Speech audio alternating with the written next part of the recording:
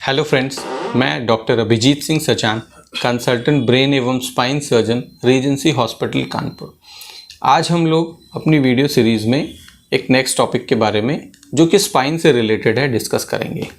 Spine instrumentation यानी spinal fusion और fixation technique, ये क्या होती है, ये कब की जाती है, ये किस प्रकार से की जाती है, किन किन कंडीशंस में यानी किन किन बीमारियों में इसका उपयोग किया जाता है, इसको करने में लगभग एस्टिमेटेड कॉस्ट क्या आती है और इसके बाद सर्जरी के बाद पेशेंट के कैसा आउटकम होता है, क्या क्या उसको परहेज़ करने पड़ते हैं, क्या क्या प्रिवेंशंस करने पड़ते हैं और ओवरऑल उसको आउटकम कैसा होता है, ये सारे पहलुओं के बारे में हम लोग देख लेते हैं। तो सबसे पहले स्पाइन इंस्ट्रूमेंटेशन यानी स्पाइनल फिक्सेशन या फ्यूजन, ये क्या होता है।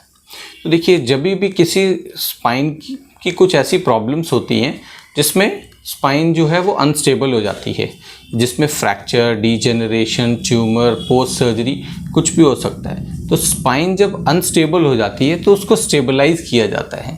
तो स्टेबलाइज करने के वक्त में हमें उसमें इंस्ट्रूमेंटेशन की टेक्निक को इस्तेमाल किया जाता है, जिसमें पहले शुरुआती स्टेजेस में हम लोग वायरिंग टेक्निक यूज़ करते थे। फिर उसके बाद वायरिंग के साथ साथ हमने लैमिनर बाइंडिंग शुरू करी, लॉकिंग शुरू करी। अब आजकल जो सबसे रीसेंट टेक्नोलॉजी से सबसे बेस्ट जो फ्यूजन या फिक्सेशन हो रहा है वो पेडिकल स्क्रू फिक्सेशन हो रहे हैं। तो पेडिकल स्क्रू फिक्सेशन साथ ही साथ फ्यूजन, ये दोनों टेक्निक को मिक्सचर के तौर पे यूज़ किया जाता है। किसी में सिर्फ फिक्सेशन किया जाता है, किसी में फिक्सेशन प्लस फ्यूजन किया जाता है। कुछ टेक्निक्स होती हैं जिसमें सिर्फ और सिर्फ फ्यूजन किया जाता है, फिक्सेशन नहीं किया जाता। तो ये कौन कौन सी बीमारियों में किए जाते हैं। तो जैसे हमने देखा कि जब भी स्पाइन अनस्टेबल हो जाती है, वो किसी भी कारण से हो, तो हमें ये स्पाइन फिक्सेशन या फ्यूजन करने की आवश्यकता पड़ती है। तो हम लोग देखते हैं कि ऐसा कब होता है कि स्पाइन अनस्टेबल हो। तो सबसे जो मोस्ट कॉमनली चीज़ देखी गई है चीज़, वो ट्रॉमा, यानी किसी भी एक्सीडेंट, चाहे वो रोड ट्रैफिक एक्सीडेंट हो या फॉल फ्रॉम हाइट, छत से गिरने के बाद, या किसी और वजह से कमर की या स्पाइन में कोई ट्रॉमा होता है, चोट लगती है, जिसकी वजह से उसमें फ्रैक्चर हो जाता है या लिस्थेसिस हो जाती है, जिसमें एक हड्डी दूसरे के ऊपर चढ़ जाती है, या फिर उसमें फ्रैक्चर हो के साथ साथ ही जो एक सेगमेंट है फ्रैक्चर का, वो कॉर्ड के साथ कंप्रेस करने लगता है, जिसकी वजह से वीकनेस या पैरालिसिस आती है। तो ऐसे केसेस में हम लोग देखते हैं कि स्पाइन जो है वो अनस्टेबल हो गई है। कई ऐसे केसेस भी होते हैं जिसमें लिगामेंट, जिसमें सीवी जंक्शन आता है, लिगामेंट इंजरी होती है, उसकी वजह से भी स्पाइन जो है वो अनस्टेबल हो गई है। तो जस्ट उस ऐसी अनस्टेबल स्पाइन को फिक्स करके और फ्यूज़ करके स्टेबिलिटी लाई जाती है। दूसरे केसेस होते हैं डीजेनरेटिव स्पाइन डिसऑर्डर्स, यानी उम्र के साथ साथ जो स्पाइन में डीजेनरेशन होता है, डिस्क बल्जेस होते हैं, फेसेटल हाइपरट्रॉफीज होती हैं, स्पॉन्डाइलो आर्थ्रोपैथीज होती हैं, फेसेटल आर्थ्रोपैथीज होती हैं, साथ ही साथ एंड प्लेट एरोजन्स होते हैं। दो वर्टिब्रा के बीच में जो डिस्क होती है वो डीजेनरेट कर जाती है, जिसकी वजह से वो एंड प्लेट डीजेनरेशन के साथ कंटिन्यूस पेन होता है। तो ऐसे केसेस में भी हमें स्पाइन फिक्सेशन और फ्यूजन दोनों टेक्निक का इस्तेमाल करना पड़ता है।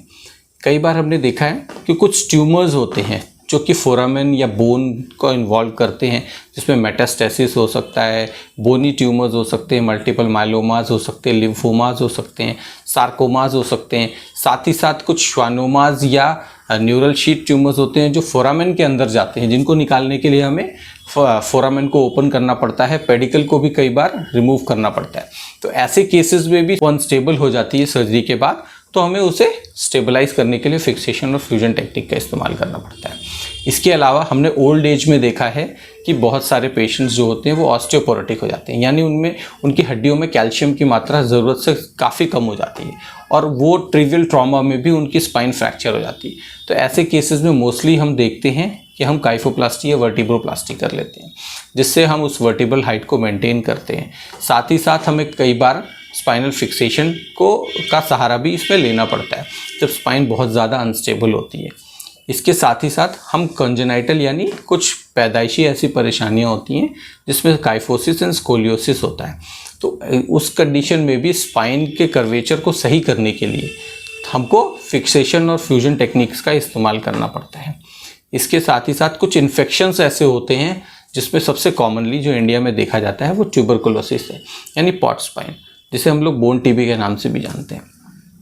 उस केस में हम देखते हैं कि क्योंकि टीबी की वजह से जो रीढ़ की हड्डी होती है वो गलने लगती है और उसमें फ्रैक्चर्स बन जाते हैं और वो गल के ख़त्म हो सकती है, फ्रैक्चर हो सकती है, जिसकी वजह से भी उसमें लोड बेयरिंग कैपेसिटी कम हो जाती है और वो अनस्टेबल हो जाती है। तो ऐसे केसेस में भी हमको स्पाइन फिक्सेशन और फ्यूजन टेक्निक का इस्तेमाल करना पड़ता है।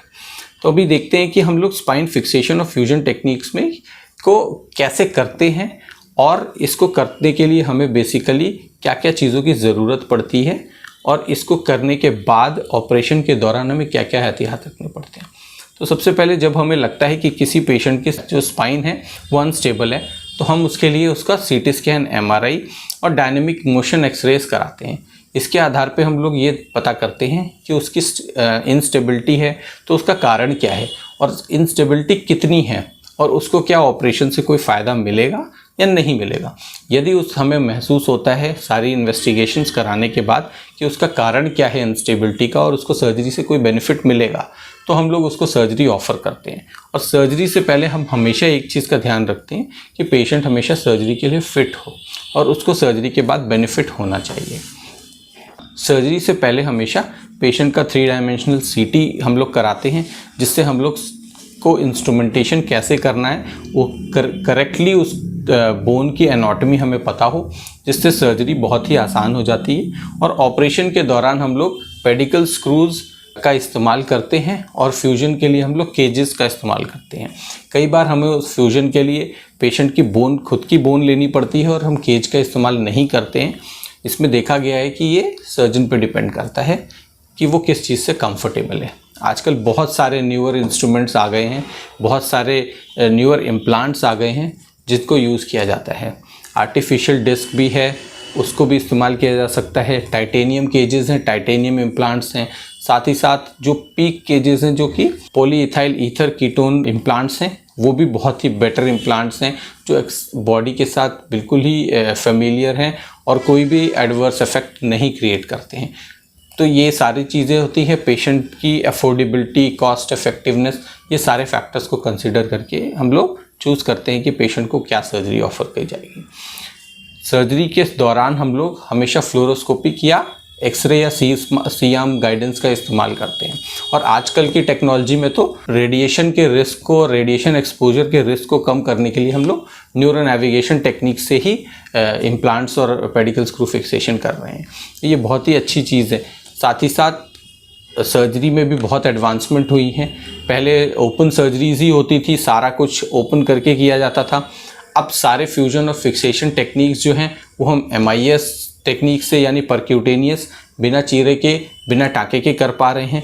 साथ ही साथ हम फ्यूजन्स जो हैं वो एंडोस्कोपिकली भी कर पा रहे हैं, यानी एंडोस्कोप से जो बहुत ही छोटे से छेद से हम लोग प्रॉब्लम को भी डील करते हैं और साथ ही साथ हम लोग फ्यूजन और फिक्सेशन भी कर पाते हैं MIS टेक्निक से। तो दोनों टेक्निक्स को, एंडोस्कोपिक को और MIS को मिक्स करके हम बहुत ही बेटर रिजल्ट्स दे पाते हैं, जिसमें पेशेंट जो है वो अर्ली मोबिलाइज हो पाता है, यानी उसको चलना फिरना जो है वो बहुत जल्दी शुरू होता है। हॉस्पिटल स्टे बहुत कम हो जाता है, जिसकी वजह से उसकी कॉस्ट ऑफ ट्रीटमेंट बहुत कम हो जाती है। साथ ही साथ जो रिस्क ऑफ कॉम्प्लिकेशंस हैं, पोस्ट ऑपरेटिव इन्फेक्शंस हैं, पोस्ट ऑपरेटिव पेन है, ये सारी चीज़ें बहुत कम हो जाती हैं। तो स्पाइन सर्जरी काफ़ी ज़्यादा सेफ़ हो जाती है इन सारी चीज़ों को जब हम लोग इनकॉर्पोरेट करते हैं।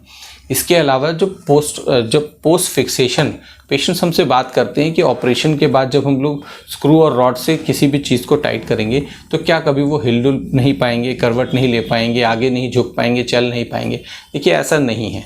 ये जो फिक्सेशन और फ्यूजन टेक्निक्स हैं ये कुछ सेगमेंट में होती हैं, यानी पूरी रीढ़ की हड्डी को फिक्स नहीं किया जाता है। जिस हिस्से में बीमारी है सिर्फ उतने हिस्से को फिक्स या फ्यूज़ किया जाता है, तो उस हिस्से की मोबिलिटी जो है वो कम होती है, क्योंकि हमारी प्राइमरी जो प्रॉब्लम है वो इमोबिलिटी ही है, जिसको हमने फिक्स करने के लिए इंस्ट्रूमेंटेशन किया है। तो वो सेगमेंट जो है वो इमोबाइल हो जाता है, जिसकी वजह से उसको पेन या फिर बाकी प्रॉब्लम्स नहीं होती हैं और बाकी सारा जो स्पाइन का हिस्सा है वो वैसे ही पहले जैसे काम कर रहा होता है। तो पेशेंट जो है वो थोड़ा सा उसको अपनी लाइफस्टाइल मॉडिफाई करे तो वो जैसी पहले एक्टिविटीज़ कर रहा था वो सारी बाद में भी वैसी ही एक्टिविटीज़ कम कर रहा होता है।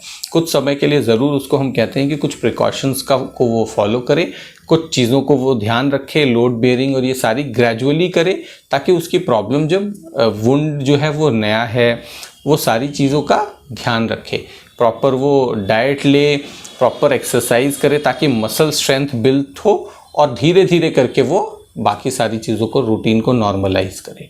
तो स्पाइनल फ्यूजन और स्पाइनल फिक्सेशन टेक्निक जो है ये बहुत ही कारगर टेक्निक है, जिससे हम लोग बहुत सारी कॉम्प्लेक्स स्पाइन प्रॉब्लम्स को आजकल बहुत आराम से डील कर पा रहे हैं। कुछ ऐसी बोनी पैथोलॉजीज़ होती हैं, कुछ ऐसी ओल्ड एज पैथोलॉजीज़ होती हैं जहाँ पे लिगामेंट्स और बोन में आर्थराइटिक चेंजेस हो जाते हैं और लिगामेंट जो है वो ओवरग्रो कर जाते हैं, जिससे नर्व कंप्रेशंस होते हैं और वो काफ़ी पेन प्रोड्यूस करते हैं। तो ऐसी स्टेजेस में हमें बहुत हद तक कई बार लिगामेंट्स को निकालना पड़ता है सर्जरी करके, और बोन को भी ड्रिल करना पड़ता है या हटाना पड़ता है।